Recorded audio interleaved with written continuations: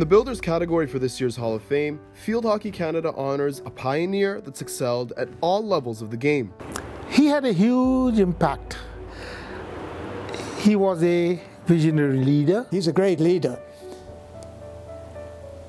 When Victor decides to do something, most people follow him. Warren grew up in Point Grey, BC, and stumbled upon field hockey when he was in high school at University Hills Secondary. His mentor was none other than his father, Harry Warren, who was the field hockey coach at UBC and a fellow Field Hockey Canada Hall of Famer.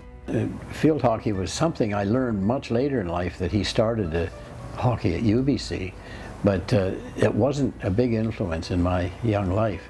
It became more important, especially after I got to university and found that I had enough talent or skills to play.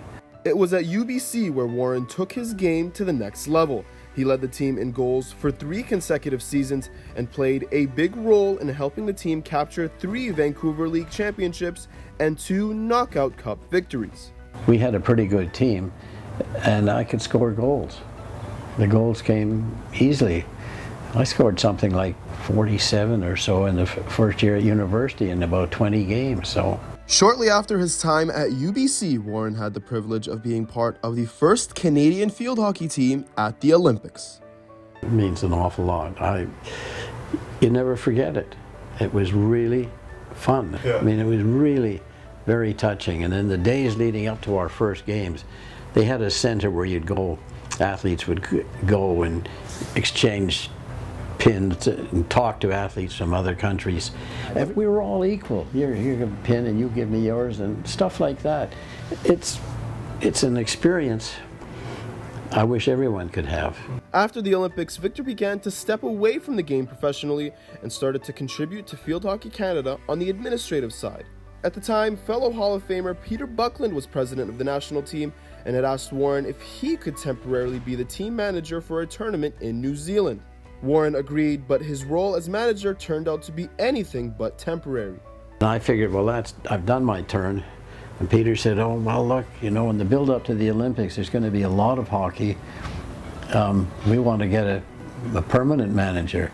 And I said, well, if the guys will put up with me, I'll stick around. Yeah. 7 years I was manager. As team manager, Warren, alongside fellow builders Peter Buckland and John McBride, introduced artificial turf into the game at the 1976 Montreal Summer Olympics. And BC Lions installed a tartan turf in Empire Stadium. And I said to John McBride, I think we were nothing in those days, no big position.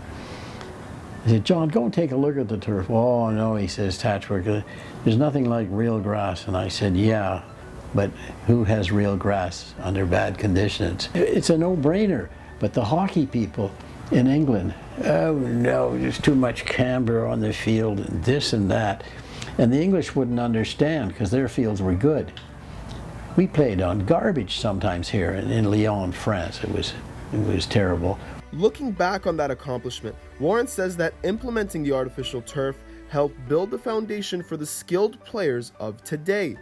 The skill level of these guys now is beyond belief, partly due to artificial turf.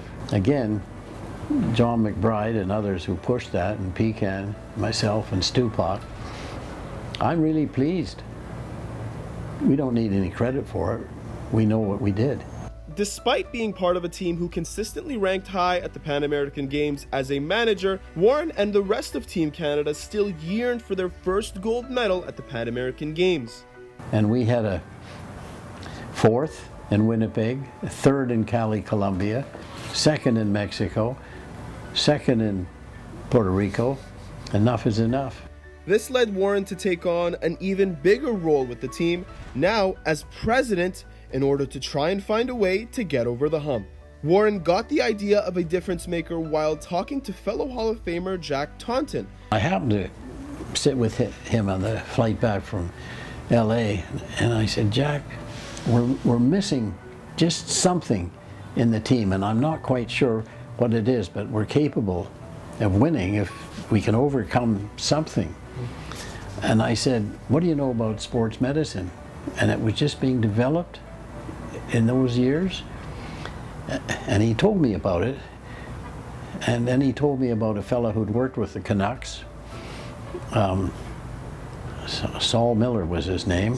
And I phoned Saul, and he came to my office in town, and we had a very nice meeting. I said, "Do you think you can help these guys?" He said, "I think so." Warren's decision to hire Miller paid off big time, as it ended up playing a big part in helping Canada win its first Pan American gold medal in its history, including another gold medal win in the following Pan Ams. Now suddenly I'm in an elevated position, we get gold. It's just a wonderful feeling. Another accomplishment during Warren's tenure was bringing the 1985 Junior World Cup to Vancouver, despite all the hurdles he and the organization had to go through.